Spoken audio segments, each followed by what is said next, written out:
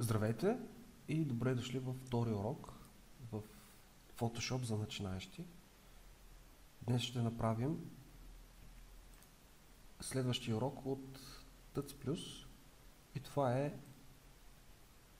меню в стил Vista. Ето финалния резултат. Няма да следваме точно стъпките, които са показани тук, а просто ще вземем крайния резултат и ще го отворим в Photoshop. Първата стъпка е да създадем долу, ето тази навигация, ще използваме Rectangle Tool. Създаваме Shape. Скривам го за момента, ще го кръстя Navigation.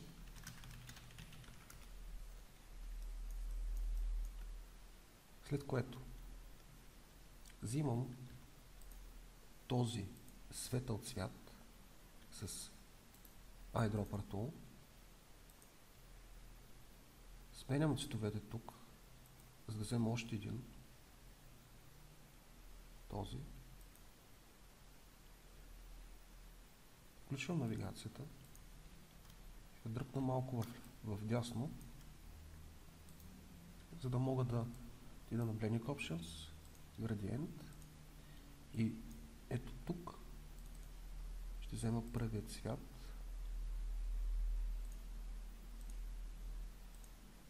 След което втория.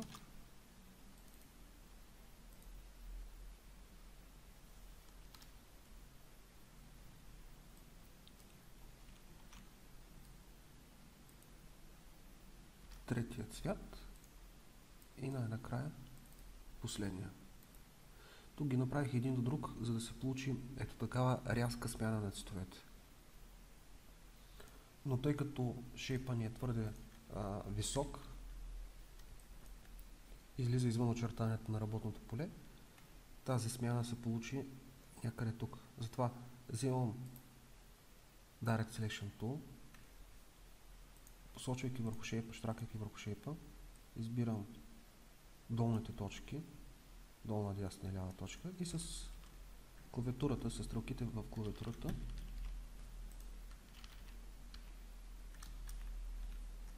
променям размера.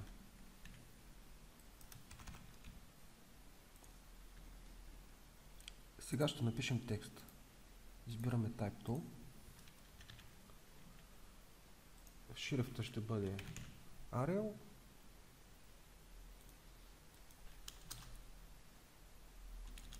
Пиксела, бял цвят.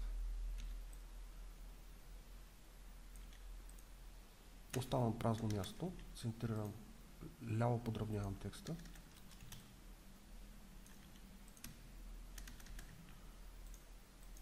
Нула пиксела, ако има в параграф някаква стойност.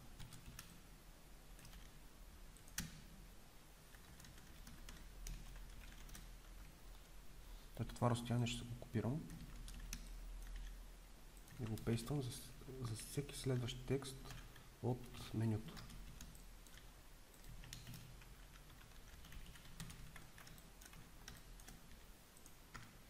И след това го нагласям.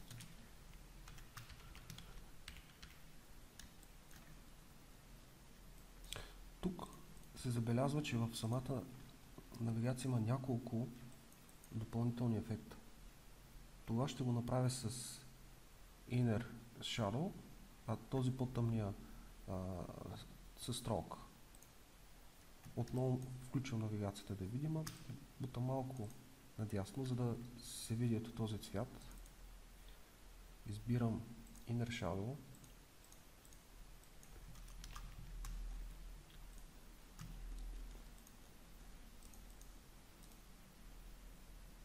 Но ще го направя да е 1 пиксел или 2. След което Stroke за външния. И това ще е 2 пиксела. Този цвет. Сега разширяваме малко повече навигацията, за да се вижда ефекта само отгоре. Височината също ще променя, за да остане този ефект само отгоре. Тъй като ако запазя размерите, той ще се вижда от всички страни. Затова искам да скрия лявата част, долната част, също и дясната част искам да скрия на този ефект, тъй като тук в този урок е показано само отгоре. Затова просто увеличавам размера на навигацията, за да не се вижда отляво, отдолу и отдясно. Групирам леера с този градиент и навигацията в нова група Navigation. Скриваме, защото остава да направим ето тези сепаратори. Използвам Rectangle Marquee Tool, правя ето такава селекция 2 пиксела, създавам нов леер с този бутон или Ctrl-Shift-E, кръщавам го сепаратор, натискам D, за да се анулират тук цветовете, X, за да се обърне бялото да е отгоре, и с Alt и Backspace правя ето този цвят, го запълвам. Ctrl и D, за да се махне селекцията. Ще го мрътна малко надясно, за да проверя. Да. Opacity го задаваме на 10 или 20 пиксела. Сега остава да ги подредя според обаче нашата навигация, която направихме. За да сме сигурни, че това е сепаратор, който е точно по средата между това и това да са еднакви разстояния, аз ще взема ето такава селекция с Marquee Tool. Ето такава селекция ще направя. Селектирам с Move Tool, Ctrl и клик върху сепаратора и ето тук го центрирам. След което Ctrl и D махам тази селекция, дублирам си леера, отново правя селекция, Move Tool, центрирам. Имаме 4 сепаратора, селектирам ги в панелчето с леери, групирам ги и ги кръщавам сепаратори. Те влизат отново в Navigation. Остана Active State. Т.е. да симулираме, че в момента е натиснато върху бутона About. Ще направя нова селекция с Marquee Tool, след което нов леер ще го кръстя Active State с четката Brush Tool.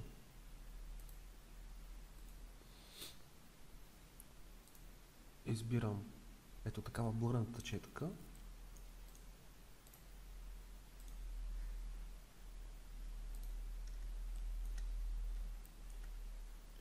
и ето такъв синкав цвят.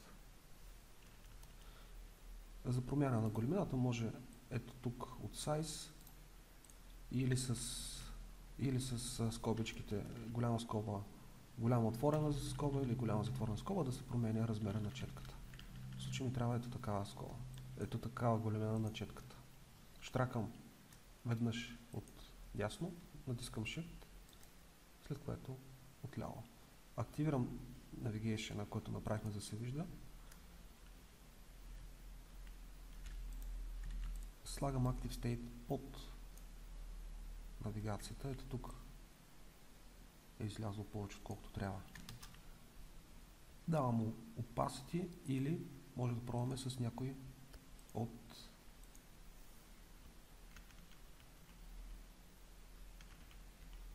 тези филтри.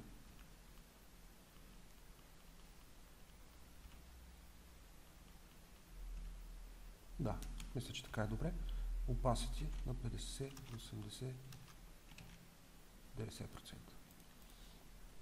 Сега остава отзад да направим ето този бекграунд с друга блърната част. За целта ще харесваме някой бекграунд.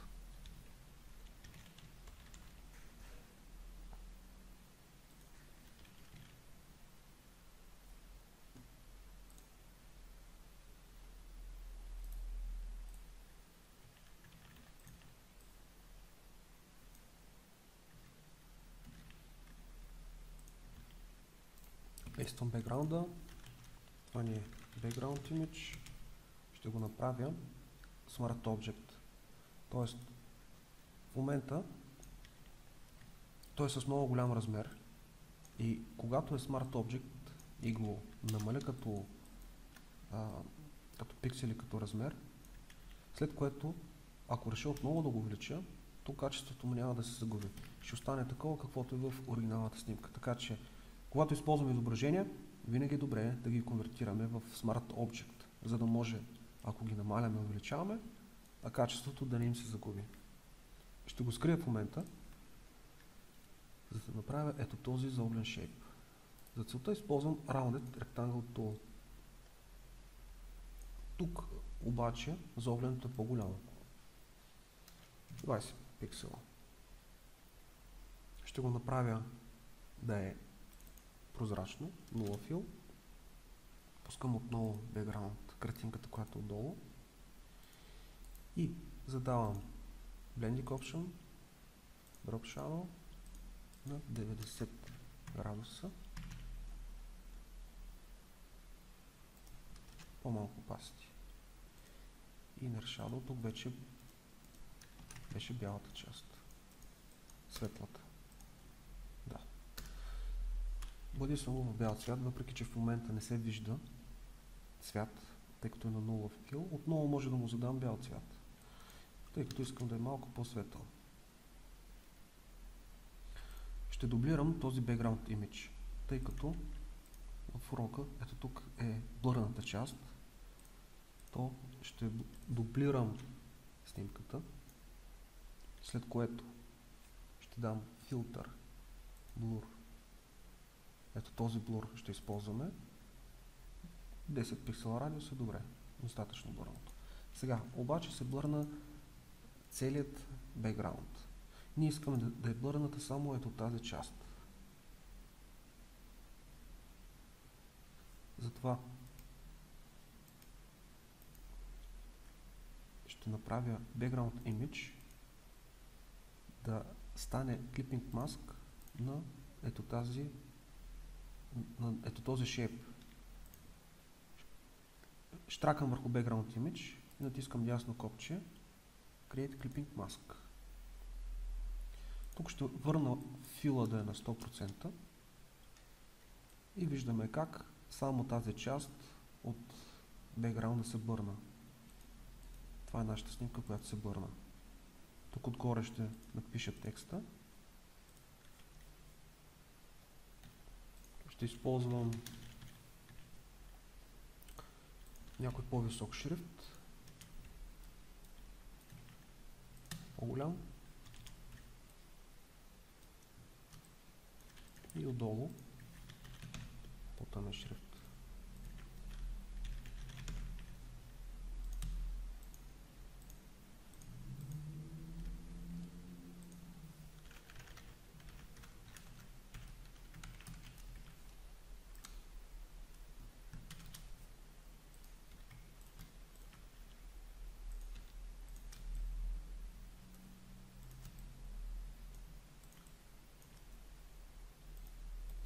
Накрая подреждам. Ето това го кръщавам като лейбъл. И проверяваме дали прилича на снимката, която взехме като начало. Това беше урока за навигация. Надявам се следващия урок също да ви бъде полезен.